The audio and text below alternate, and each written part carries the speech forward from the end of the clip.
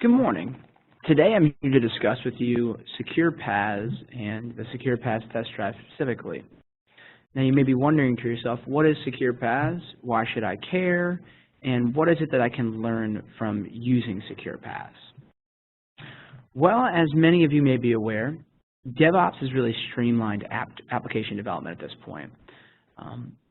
For the last 10 or so years, we've tried to automate things more and more. We've gone from a very physical way of doing things, rack and stacking hardware, installing operating systems, creating user accounts, to building applications in a virtualized manner using VMs. It wasn't until the last maybe 5 or 6 years that configuration management, continuous delivery, and these other tools really started taking shape and making DevOps a reality.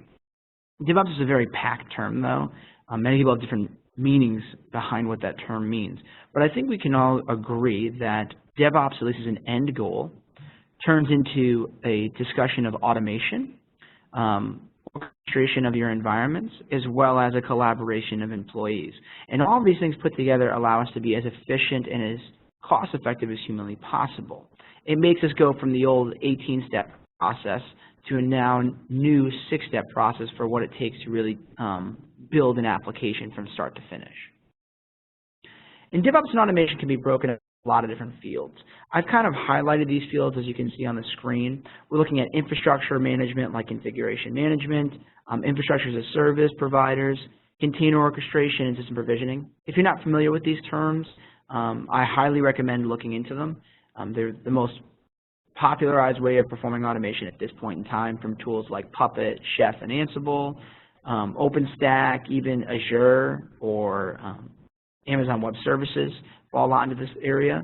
And then you have tools like, software delivery and software development systems like continuous integration such as Jenkins or Hudson, test automation tools like Selenium, and platform as a service models like Elastic Beanstalk or OpenShift or Cloud Foundry. There's a lot of different tools that are out there that fall into the automation space, with really the goal in mind, again, to get us to a more fast-paced environment where we can develop applications more quickly.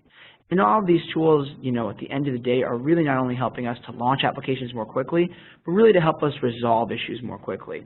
We do this through log aggregation with tools like Elasticsearch and Logstash. Application performance monitoring tools help in this space a lot as well, such as AppDynamics, New Relic, Ruxit. There's a whole bunch of tools that are out there. And system monitoring even starts to fall into this space. But really, at the end of the day, all these tools have been about solving one of two problems, either getting our product out there faster or resolving issues that we're having faster.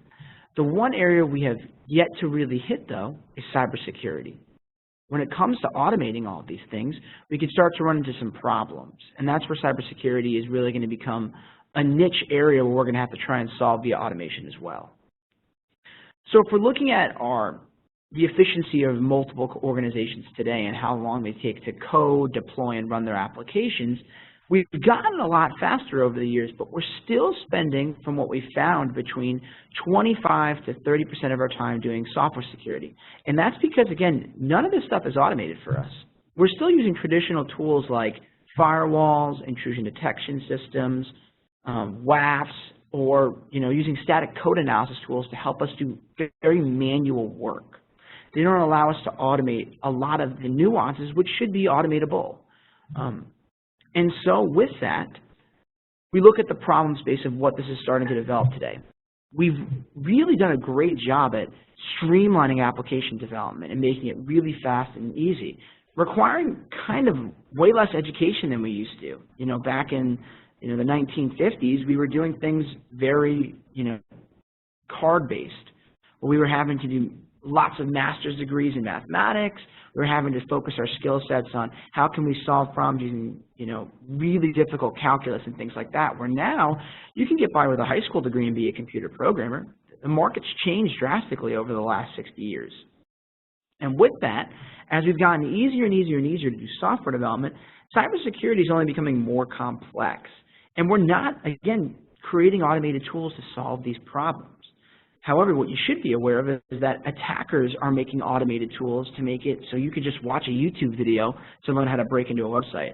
I don't recommend you doing that. That's very unethical. But the point is that attackers are making it easier to do their job. So shouldn't us as software developers do the same thing when it comes to cybersecurity? With that, at Shadowsoft, we've thought about this process a lot and thought to ourselves, what can we do to help solve some of the major cybersecurity issues that are ailments for web applications and web services, since that's where the majority of software development exists today. It's either in mobile or web. With that, we came up with SecurePaaS. SecurePaaS is a security framework that we're going to be walking you through today, which is responsible for automatically injecting cybersecurity controls into your web applications and web services. What kind of security controls? Well, for today, we're doing authentication, so single sign-on, single sign-out, identity access management, so what users and roles are embedded into your system.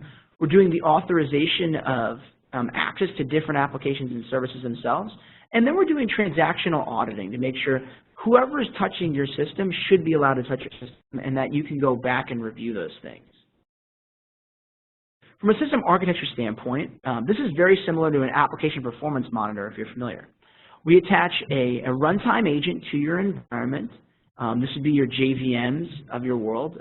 So if you're running JBoss or Tomcat, if you're running SOAP, JBoss Fuse, if you're running WebSphere, WebLogic, you would simply attach this agent with one line to your configuration at runtime. No code changes will have to be made to your applications or software development lifecycle. And then that agent, once the system is on, once submitted, will sync up with our SecurePaaS server. What it's syncing up is your audit logs that it's been collecting over time. It'll sync up your user store information. It'll allow authentication and authorization tokens to be passed from the master server onto the example web server, allowing for true single sign-on. And you'll get a management dashboard which the agents will sync up to, so you can see what machines and what applications and services are located in your environment. This is a full-featured management UI that's brought with the system as well, so you can go back and look at your audit logs rather than just be able to query them from something like a REST API. So what we're really looking at when we're talking about the differences, we're seeing our software development lifecycle change from 30% of our time being spent on software security to more like 10% of our time, maybe 5% of our time being spent on software security. And at some point, we want SecurePaaS to even minimize that problem down to zero. How might we do that, you ask? Well, the next areas we're looking to tackle is, SQL injection, cross-site scripting, major software vulnerabilities that frequently show up in web applications and web services that we can probably prevent with this tool very easily. With that, we can really truly see a future where DevSecOps becomes a real thing. And we're able to do that by plugging our agents into your regular automation tools. If you want to deploy our agent via platform as a service like OpenShift, we can definitely do that. If you want to deploy the agents in continuous delivery or configuration management tools, or even have it deployed via pre-made Docker containers, we're already enabled for you to start doing that today. The beautiful thing about this is you don't have to change anything about your normal processes other than installing our agents, which takes a matter of minutes. And with that, we're going to ask you guys to please try our test drive today. See what it's like. Become familiarized with it. And once you're done with the test drive and following our guide, email us and ask us questions. Let us know your thoughts and feedback so that way we can change the product to add new features. And if you're interested in indoctrinating this into your infrastructure today, let us know and we would be happy to set up a call to talk with you guys. With that, I thank you guys for listening to our video and I hope you have a pleasant day. Thank you.